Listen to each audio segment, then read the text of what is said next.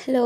അപ്പോൾ വൈകിട്ട് ഇന്ന് ഞാനാണ് ഡിന്നർ ഉണ്ടാക്കാൻ കയറുന്നത്. നമുക്ക് ദൊണ്ണ ബിരിയാണി ഉണ്ടാക്കി നോക്കിയാലോ. ബാംഗ്ലൂരിൻ്റെ സ്പെഷ്യലാണ് കേട്ടിട്ടുള്ളത്. അതുപോലെ ഒന്നും ഉണ്ടാക്കാൻ പറ്റത്തില്ലെങ്കിൽ നമ്മൾ ചെറുതായിട്ടൊന്ന് ട്രൈ ചെയ്യും. ആദ്യം തന്നെ നമുക്ക് പ്രധാന ഇൻഗ്രീഡിയൻ്റ് ആയിട്ടുള്ള മല്ലിയിലയും പുതിനയിലയും പച്ചമുളകും അതിൻ്റെ കൂടെ തന്നെ സവാളയും ഇഞ്ചിയും വെളുത്തുള്ളിയും ചേർത്ത് നമുക്ക് പെട്ടെന്ന് അരച്ചെടുക്കാം. നമ്മൾ മുട്ട ബിരിയാണിയാണ് ഉണ്ടാക്കുന്നത്. നമുക്ക് ഈ പേസ്റ്റ് ഒന്ന് മാറ്റി വെച്ചിട്ട് വേഗം മുട്ട പുഴുങ്ങാനിടാം. മുട്ട അന്നേരത്തേക്ക് ആയി കിട്ടണമല്ലോ. അപ്പോൾ ഈ അരിയാണ് ഞാൻ എടുക്കുന്നത്. നമ്മുടെ ജീരകശാലയുടെ വെറും കുഞ്ഞരിയാണ്. നമ്മൾ വലിയ അരി എടുക്കുന്നതിനേക്കാളും നല്ല ടേസ്റ്റാണ്. നമ്മളൊരു 3 ഗ്ലാസ് അരി ഇപ്പോൾ ഇവിടെ എടുത്തിട്ടുണ്ട്.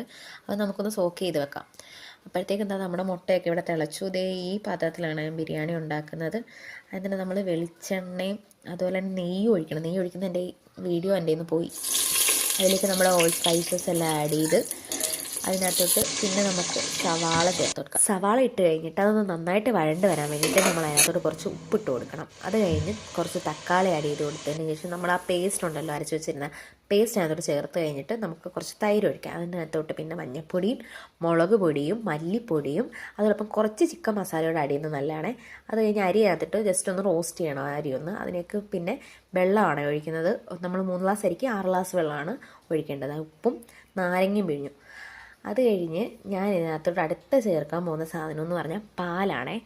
പാല് എല്ലാവരും ചേർക്കുമെന്ന് എനിക്കറിയത്തില്ല, പക്ഷെ ഞാൻ ചേർക്കും. പാല് ചേർക്കുന്നത് നല്ലതാണ്. നമുക്ക് അരിക്ക് നല്ല സോഫ്റ്റ് കിട്ടാൻ വേണ്ടി പാല് നമുക്ക് ഹെൽപ്പ് ചെയ്യും. പാൽ അടിപൊളിയാണ് ബിരിയാണിക്ക് അത് ചേർത്ത് കഴിഞ്ഞാൽ. അപ്പോൾ നമ്മൾ മുട്ടയൊക്കെ വെച്ചിട്ട് നമുക്ക് ഫോയിൽ പേപ്പർ വെച്ചിട്ടൊന്ന് ക്ലോസ് ചെയ്തിട്ട് വെക്കാം.